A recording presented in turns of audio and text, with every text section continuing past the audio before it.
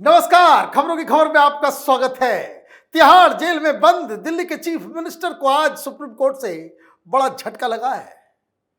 वैसे आम आदमी पार्टी, कई मीडिया वाले ये इंतजार कर रहे थे कि आज राहत मिलेगी, केजरीवाल छूटेंगे, जेल के ताले टूटेंगे। लेकिन हुआ ये कि मामला टल गया। टला भी ऐसा जो वर्डिंग्स है, लग नहीं रहा कि अब केजरीवाल को कोई रिलीफ मिलने वाली है। हालांकि अच्छा होता अगर बेल मिल भी गई होती तो क्या फर्क पड़ता। चुनाव प्रचार के लिए उनको राहत दी जा रही थी। जज साहब थोड़ा मेहरबान थे कि एक सिटिंग चीफ मिनिस्टर है, चुनाव में प्रचार करने दो। तो चुनाव में प्रचार करने से क्या होता, कोई फर्क तो पड़ता नहीं।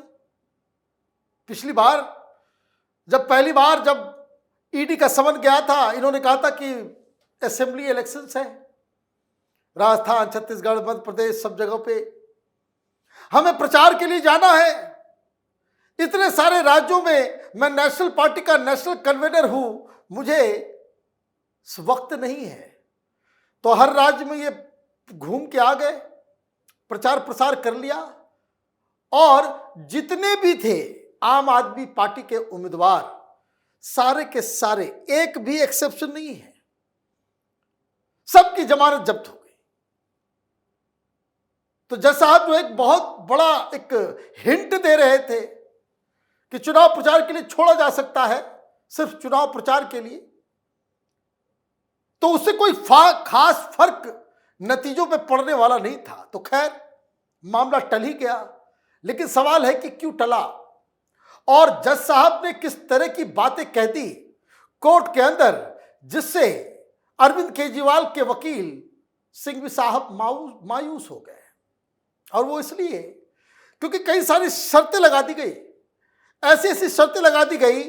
और उसके बाद जो ईडी का जवाब आया, जज साहब को लगा कि कहीं हमारा यह फैसला ऐसा नजीर न बन जाए कि देश के तमाम पॉलिटिशियंस को, नेताओं को खुली छूट मिल जाए भ्रष्टाचार करने की। मामला टला नहीं है, टाला गया है। क्योंकि इस इंटरिम बेल के खिलाफ एसजी तुषार मेहता ने जो दलीलें दी, वो इतने मजबूत, इतने पुख्ते निकले कि जज साहब ने फैसला कर लिया कि भाई चलो भाई, अब 9 तारीख को सुनेंगे या अगले वीक सुनेंगे। ये एग्जैक्ट वर्ड्स है कि 9 तारीख को या फिर अगले वीक, मतलब मामला टल गया। लेकिन हिंट तो आ रहा था। क्या खबर छापी जा रही थी? The supreme court on Tuesday hinted at granting interim bail to jailed Delhi Chief Minister Arvind Kejriwal in money laundering case registered against him by the Enforcement Directorate in connection with the Delhi excise policy. A bench of Justices Sanjeev Khanna and Dipankar Datta did not pass any order yet, but said that if interim bail is granted, Kejriwal should not discharge any official duties as Chief Minister. Since it could not complete the hearing today, it said that the matter will be heard again on May 9th or next week. शर्त रखी है कि अगर interim bell दे भी जाती है तो कोई ऑफिशियल ड्यूटी नहीं करेंगे, ऑफिस नहीं जाएंगे, फाइल साइन नहीं करेंगे, सरकार चलाने में कोई भी भूमिका नहीं निभाएंगे। ऐसा नहीं होगा कि हमने आपको चुनाव प्रचार के लिए इंटरिम रिलीफ दी है और आप ये सारी ड्यूटीज करने लग जाओ। इसका मतलब ये होगा कि तिहाड़ में बंद जेल्ड चीफ मिनिस्टर को आपने अनुमति दी है कि आप अपने तमाम ऑफिशियल कामों को कर सके। इसका विरोध सिंघवी साहब ने जरूर किया, लेकिन फैसला तो हुआ नहीं। क्यों नहीं हुआ फैसला?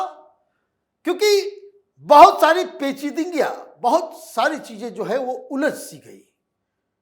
जस्टिस दीपांकर दत्ता ने बीच में यह भी कह दिया कि आप ऑफिशियल ड्यूटीज नहीं निभाएंगे, ये तो चुनाव आ गया, इसलिए हम इंटरिम रिलीफ के बारे में बात भी कर रहे हैं। चुनाव अगर नहीं होता तो ये सब सवाल भी नहीं उठते। मतलब जज साहब की नजरों में कोई क्लीन चिट नहीं है। वो सिर्फ चुनाव के लिए, मतलब ये कि अगर उनको रिलीफ दी भी जाती है तो दिल्ली के सीएम को दिल्ली के चुनाव तक रिलीफ मिलेगी। 23 तारीख को चुनाव प्रचार खत्म होगा तो 23 तारीख तक के लिए ही इनको बेल ग्रांट की जाती। लेकिन क्या कहा जज साहब ने इस दौरान? Suppose we grant interim bail on account of elections, then if you say you will attend to office, then to may have cascading effect. Dr. Singhvi, if we give any interim bail, we do not want you to be performing official duties, as somewhere it will lead to conflict. We do not want interference at all in the working of the government, the court remarked. However, in the same breath, the court also remarked, let us see whether at all it means interim bail should be given or not. पूरे media में बवाल मचा हुआ है, आज मिलने वाला है, आज मिलने वाला है। क्या कहा जज साहब ने? कि विरोधाभास हो जाएगा हमारे फैसले में अगर हम इन्हें चुनाव प्रचार के लिए इंटरिम रिलीफ देते हैं और ये सरकारी कामकाज करना शुरू कर देते हैं। ये गलत प्रथा की शुरुआत हो जाएगी। और ये बोलते बोलते जज साहब ने ये भी कह दिया कि ये सारी बातें हम करेंगे, लेकिन देखते हैं पहले कि हम लोग वो बेल देते हैं या नहीं देते हैं। तो कहां मीडिया ये बता रही थी, हिंट आ रहा था कि मिल जाएगा मिल जाएगा मिल जाएगा, लेकिन डिस्कशन के दौरान ये सारी बातें हुई। लेकिन चौके छक्के तो आज सॉलिसिटर जनरल तुषार गुप्ता ने लगाए। क्या कहा उन्होंने? Solicitor general Tushar Mehta, appearing for enforcement directorate, vehemently opposed the plea for interim bail. Please do not earmark a political leader as a separate class and let them not be separated from the common man. It is being stated that nothing was done by ED in 1.5 years and he was picked up during elections. That is not the correct impression at all. He said, releasing him because he is a politician is not a correct precedence. The SG insisted. बहुत सारी बातें कही तुषार मेहता ने अपनी दलील में। उन्होंने कहा कि भाई पॉलिटिशियंस को आप अलग क्लास में कैसे, कानून तो सबके लिए बराबर है। तो तमाम लोग जो चुनाव लड़ते हैं या पॉलिटिकल वर्कर हैं उन सबको भी कैंपेन के लिए छोड़ दीजिए। अगर आप इस तरह से अगर आप इंटरिम बेल देंगे तो कल कोई गरीब बेल पिटीशन डालेगा तो हम लोगों के लिए दिक्कत हो जाएगा उसको अपोज करना, क्योंकि ये मसला बिल्कुल अलग सा है।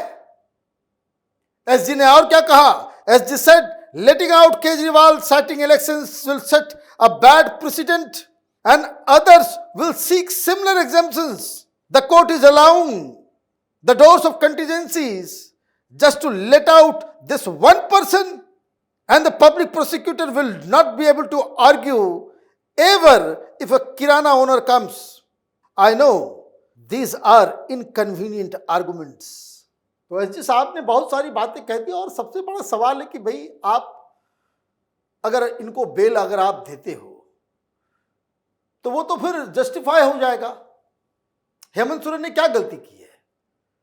उसने राजनीतिक जो मर्यादा है उसका पालन करते हुए जेल जाने से पहले उसने इस्तीफा दे दिया, तो इस्तीफा देना उसके लिए कसूर हो गया। अगर उसने ये काम नहीं किया होता तो सुप्रीम कोर्ट में यह मसला भी आ रहा होता कि भाई सिटिंग चीफ मिनिस्टर जेल के अंदर में उसको प्रचार करने के लिए छोड़ा जाए बाहर।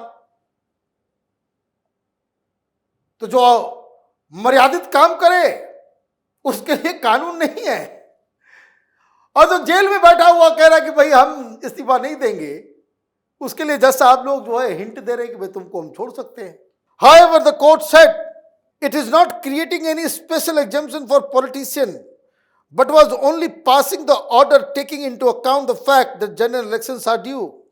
We are not going by whether he is a politician or not a politician. Every individual involved will have a special circumstances or case involved. We have to see if the person falls under special circumstances considering elections are there. We are not saying there is a different law for others. The court made it clear.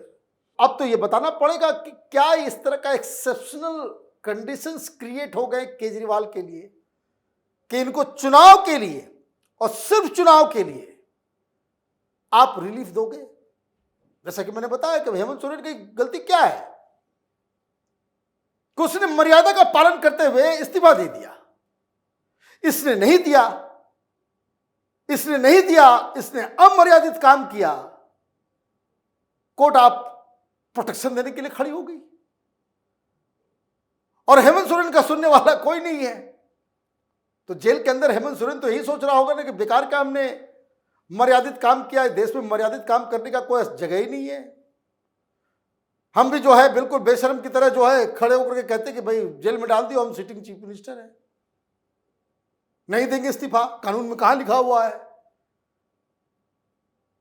तो आज वो भी प्रचार के लिए बाहर रहते। क्या हो रहा है, क्या हो रहा है? ऐसे डेमोक्रेसी को बचाया जाएगा? और शायद ये कंट्राडिक्शंस इतने ज्यादा खड़े हो गए इसलिए जज साहब, जिनको आज 2:30 बजे तक फैसला देना था, वो उठ के चले गए और 9 तारीख के बारे में बताया तो जा रहा है, लेकिन बोलते बोलते वो ये भी कह गए कि अब अगले सप्ताह देखा जाएगा। बेल जो मिलना है वो 23 तारीख तक के लिए मिलना है। अगर कुछ फैसला आता भी है तो उसको दोनों ही पार्टी फिर रिव्यू पिटिशन में डाल सकते हैं, बड़े बेंच के पास जा सकते हैं।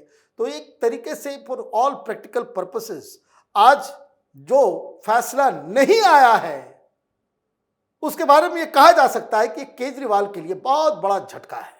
आप देखते रहिए कैपिटल टीवी। हमारे वीडियोस को लाइक कीजिए, शेयर कीजिए और हमारे चैनल को सब्सक्राइब कीजिए। धन्यवाद।